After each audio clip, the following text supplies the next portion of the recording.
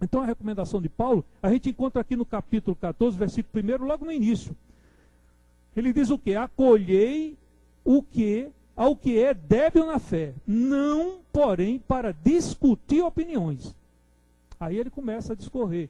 Aquele que crê que tudo pode comer, e você considera isso um conhecimento débil de fé, o que é que você deve fazer? Conflitar? Não. Orar por ele e orar por você, para que você tenha a sabedoria de conduzir o ensino que você tem, de passar o ensino que você tem, que você já recebeu. À luz de quê? Do estudo da palavra. Mas não provocar contenda, mas sim acolher. Não se achar forte, maior ou, digamos assim, mais santo até. Então essa é um ensino que Paulo traz através da carta aos Romanos, nesse capítulo 14. Um outro aspecto que a gente deve observar é que a gente deve vivamos em verdade com convicção bíblica diante de Deus. A gente encontra isso nos versículos 5 em diante, quando Paulo diz assim, olha, um faz diferença entre dia e dia, outro julga iguais todos os dias. Quer dizer, o conflito não existia, não só de natureza, digamos assim, dos animais puros ou impuros, do que devia se poder comer ou não, mas também por aqueles que consideravam um dia melhor do que o outro, e outros consideravam todos os dias são, digamos, da presença de Deus, e todos eles a gente deve agradecer, dar graças a Deus. Outros diziam, não, esse dia é melhor do que o outro, porque esse dia eu fui mais afortunado, mais abençoado por Deus. Então, também existiam conflitos dessa natureza.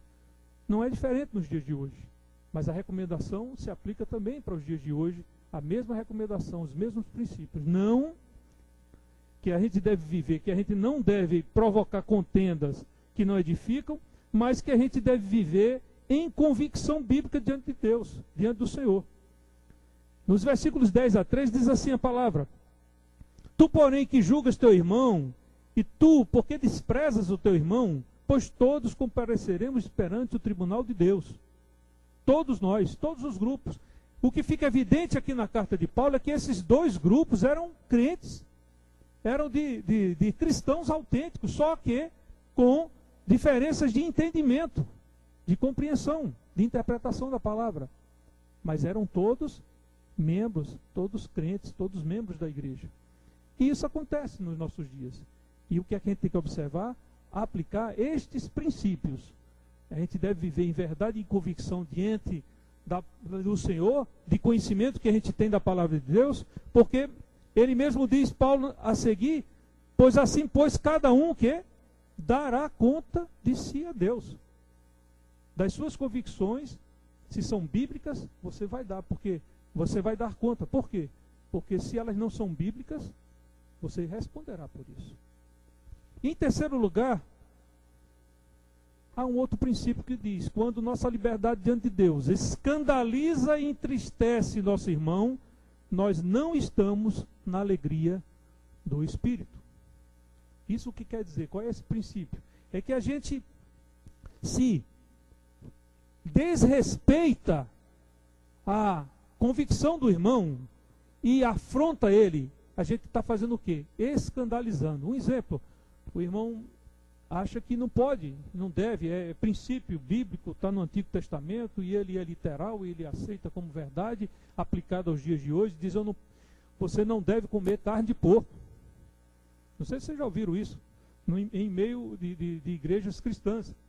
E em nosso meio também, alguns irmãos que vêm de uma igreja que tem essa convicção de fé, ainda em momentos de convivência, ele também, de certa forma, rejeita ainda a carne de porco, mesmo sabendo que nós aqui já mostramos o ensino, o link do ensino com as palavras de Jesus, que está lá em Marcos. Mas aí o que é que acontece? Aí você vai chegar assim, não, está aqui, ó, eu como. E na frente do irmão que ele tem esta outra convicção, você faz para o quê? Escandalizar. Então é isso que esse princípio nos fala. Que a gente não deve fazer isso, porque no momento que a gente está fazendo isso, a gente está afrontando, está desconsiderando a fé do irmão, o nível de entendimento que ele tem, que foi dado por Deus até aquele momento, porque é um presente de Deus a fé, as convicções, a nossa crença. Então, não devemos fazer assim. Não devemos escandalizar. Por quê? Porque se assim fizermos, a gente está indo em encontro, nesse escândalo, entristecendo, e não estamos na alegria do Espírito. Por que isso? Paulo, mais adiante, pode observar, no capítulo 15, versículo 7, o que é que a palavra de Deus nos diz? Paulo falando ainda nesse arrazoado. No versículo 17, inclusive, do capítulo 14, ele diz, porque o reino de Deus não é o quê? Não é comida, nem bebida, mas o quê? Justiça e paz e alegria no Espírito. Então, aqui está o princípio.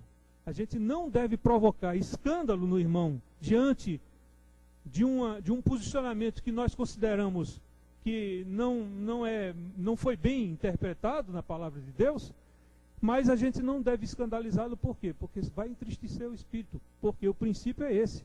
Porque o reino de Deus não é comida nem bebida, mas justiça, paz e alegria no Espírito. Então essa é uma outra recomendação que Paulo faz e que se aplica aos nossos dias.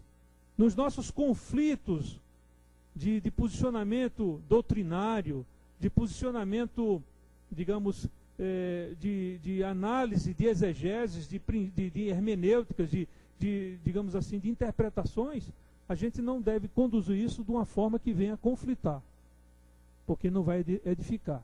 A gente deve sim conversar, colocar os nossos pontos e apresentar ao irmão e ouvir dele também em respeito, mas não o escandalizando e não o desmoralizando.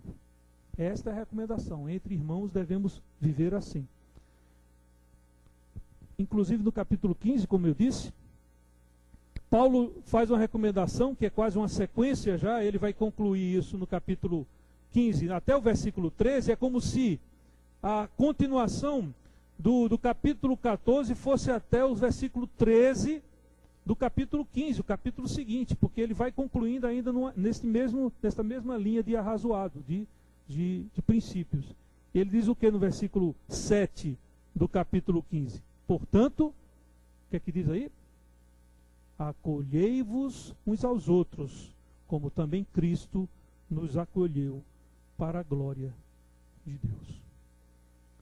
Então, amados, este é o princípio, estes são os princípios. Nos relacionamentos na igreja, entre irmãos, que não deva haver conflitos que não venham trazer edificação. O que é isso? Conflitos que venham provocar divisões. Isso não deve acontecer. Devemos estar atentos a isso, respeitando o nível de entendimento de cada um. Não se ensoberbecendo, achando que o seu nível de conhecimento e a sua fé, você se acha mais do que ele. Esse conflito não deve acontecer, deve ser evitado. Um outro princípio é que a gente tem que viver em convicção daquilo que a gente prega, daquilo que a gente fala, em convicção. Por quê? Porque nós daremos contas diante de Deus, de tudo, cada um de nós. Eu não vou dar conta de ninguém aqui, eu vou dar conta de mim, diante de Deus. E cada um de nós, de per si, dará conta de si a Deus. E eu concluo, amados, trazendo esse texto aí que eu citei há pouco. Capítulo 15, versículo 7 diz: portanto, acolhei-vos uns aos outros. Ele não diz separai, ele não diz, ele não fala em separação, em conflito que venha provocar cisão, que venha provocar sectarismos dentro da igreja, mas sim, que nós compreendamos a cada um no nível de entendimento que cada um tem, e não nos coloquemos de forma soberba, achando que nós temos um conhecimento acima. Mas podemos até ter um pouco mais, por conta de quê? Do esforço individual de buscar a palavra de Deus, de ir à palavra de Deus e se alimentar. Então, amados, edifiquemos uns aos outros, alegrando o Espírito. Agora, como fazer isso? é só aplicar esses princípios. Os princípios que nós vimos há pouco. Ficar atento para eles. Atento para esses princípios, evitando contendas que não edificam, acolhendo os fracos para a comunhão, não excluindo-os. É isso que a gente tem que fazer. Tá? E ter a convicção bíblica diante do Senhor, apresentar essa convicção, porque nós vamos responder por ela, cada um de nós, e quando nossa liberdade diante de Deus escandaliza ou entristece, nós não estamos tornando alegre o Espírito. E nós estamos então aplicando o contrário, e não para a glória de Deus. Vamos orar, vamos curvar as nossas frontes.